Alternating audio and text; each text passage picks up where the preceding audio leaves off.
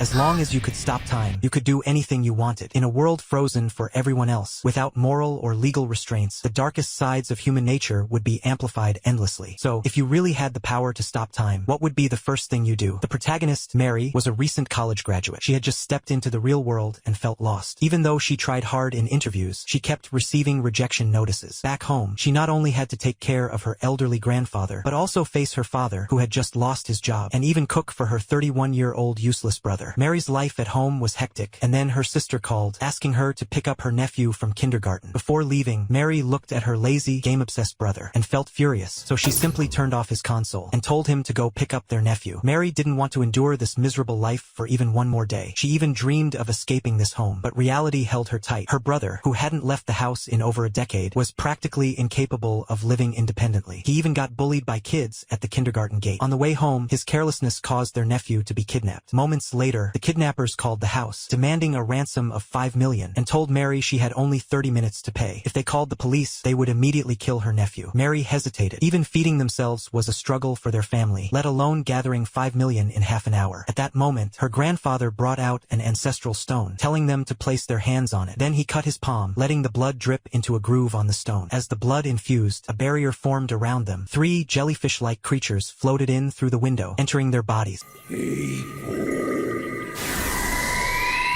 At her grandfather's shout, time froze at 6:59. Butterflies in the sky fluttered midair. Cars on the street froze in motion. Even the lollipops children dropped remained suspended. This was their family's ancient time-stopping technique. Using blood as a medium, they could freeze time. Inside this stopped realm, only they could move freely. Everything else remained frozen. Her grandfather had kept the secret because anyone who enters the stopped realm is eventually consumed by their own desires. Mary had many questions, but saving her nephew came first. She quickly found her brother and the child. If she had been even a little late, they could have been killed. Just as they were about to rescue them, another group of people appeared inside the stopped realm. They knocked out her father and threw her grandfather down. As they were about to kill Mary, her grandfather activated teleportation, bringing her outside. The pursuers chased them, but her grandfather's skill was unstable. One blink and they ended up midair. Then grandfather and granddaughter crashed heavily to the ground. The kidnappers threatened her with the nephew's life. At that moment, a massive vine-covered monster appeared behind them. It gradually revealed its enormous body. It was the guardian of the stopped realm. Anyone who dared harm someone frozen would face its wrath. It would crush their head and then disappear without a trace.